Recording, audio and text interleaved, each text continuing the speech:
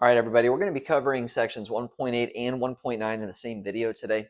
And these two sections cover how to find vertical asymptotes, holes, and zeros given an equation. Now, as we're doing questions today, we're going to want to have both the numerator and denominator of our rational function in factored form if possible. All right, so sometimes it'll be given to us in factored form. Sometimes we're going to have to factor.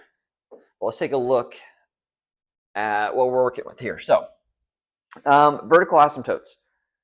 These will occur anytime that the simplified denominator is equal to 0. We're going to come back to that simplified part in a little bit. But when the simplified denominator is equal to 0. Holes occur when canceled factors are equal to 0. And that only gives us the x-coordinate, or there's another way we're going to get to the y-coordinate a little bit later. And zeros occur when the simplified numerator is equal to 0. So let's look at some problems and see what it looks like here.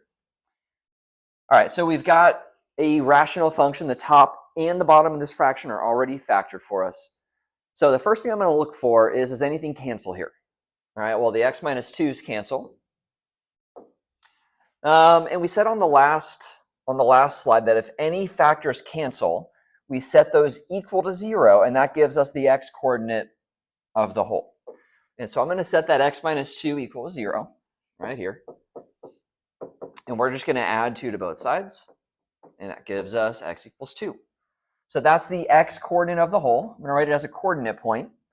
And we're going to come back towards the end and figure out how do we get the y-coordinate and then how do we put it in limit notation. But that's the x-coordinate of the whole. Now, because those canceled, I'm going to rewrite this expression.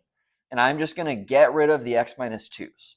So I'm going to write this as y equals, on the top we just have x plus 3, and on the bottom we have x plus 1. Now, those x's do not cancel, right? They're only going to cancel if the factors are identical, which they're not here. So to get the vertical asymptotes, we take this simplified fraction here and set just the denominator equal to 0. So we're going to set x plus 1 equal to 0. And we're going to subtract 1 from both sides to get negative 1. So x equals negative 1 is the vertical asymptote.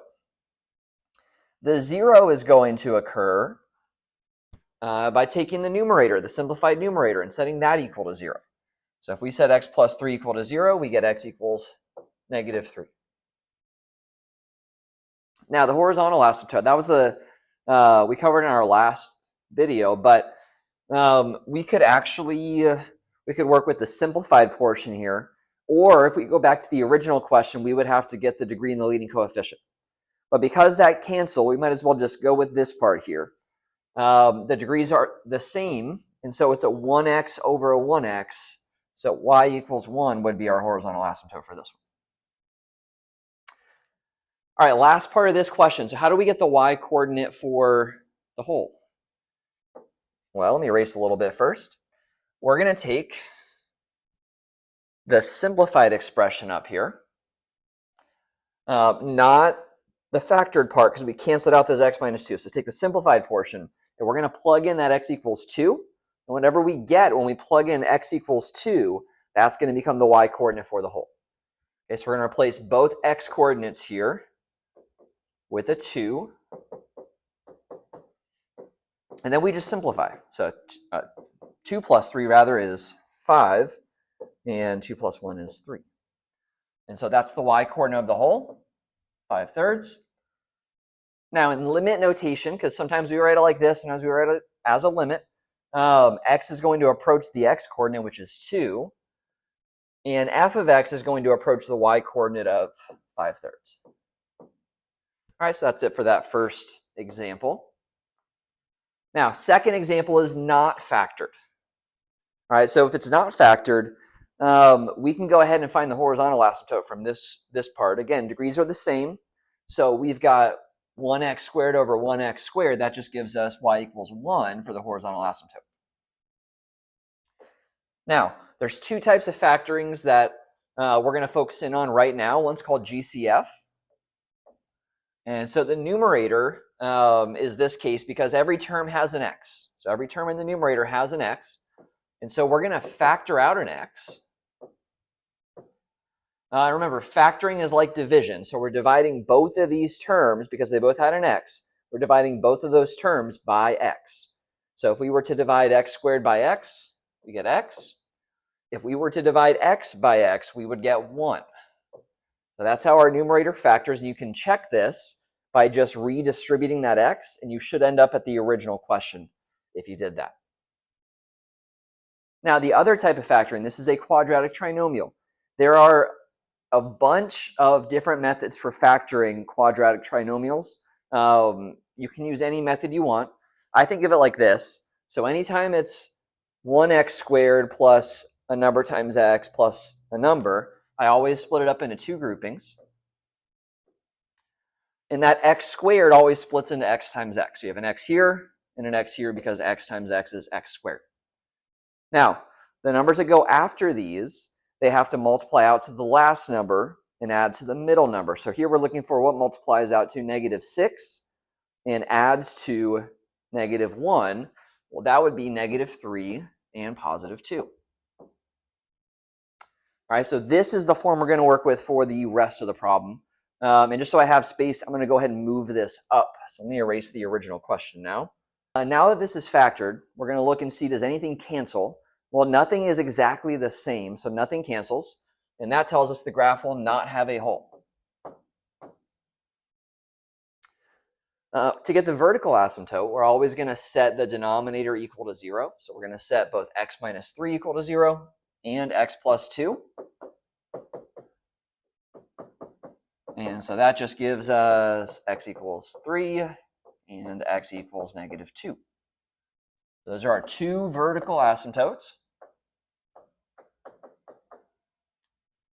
Now, the zeros come from the numerator. So we take the numerator, we're going to set both of those factors, x being a factor, equal to 0. Now here there's nothing to solve, so that's our first 0. And then we're just going to add the 1 over. This will be our second 0 right here. All right, so 2 zeros, 1 at x equals 0, and 1 at x equals 1. But if you have multiple factors, you're just setting both of them equal to 0 in the denominator to get the vertical asymptotes, and in the numerator to get the zeros. All right, last question. I just wanted to show you guys that not every question is going to be factorable. So here, we got an x to the first, and there's no GCF. They're not both divisible by the same number. And if you work with decimals, you could make it work. But it doesn't have to factor, is my point. So nothing factors up here. Down here, though, they're both divisible by a 2, and they both have an x. So 2x is going to be our GCF for this one. All right, so the numerator doesn't factor. The denominator, the 2x factors. And again, factoring out a GCF is like division. So if we divide both of those by 2x, well, 2x squared divided by 2x is just x. And 4x divided by 2x is 2, so we get a -2 right here. And again, you can always check that by multiplying. Right, so multiply the 2x by x, that gives you that term. Multiply the 2x by -2, and it gives us that term. So this is the factored form. Now, even though there's a 2x here and a 2x here, they don't cancel. And the reason for that is this isn't factored. So things have to be exactly the same in order to cancel, or they have to be factored, and the factors have to be identical. So again, nothing cancels here because of the plus. If that wasn't there, then the 2x's could cancel. All right, so because nothing canceled, again, this graph does not have a hole. The vertical asymptote. So we're going to set 2x equal to 0. And we just divide that 2 over, and x is still equal to 0. That's our first vertical asymptote. And we're going to set x minus 2 equal to 0. And that will give us x equals 2. Those are the 2 vertical asymptotes.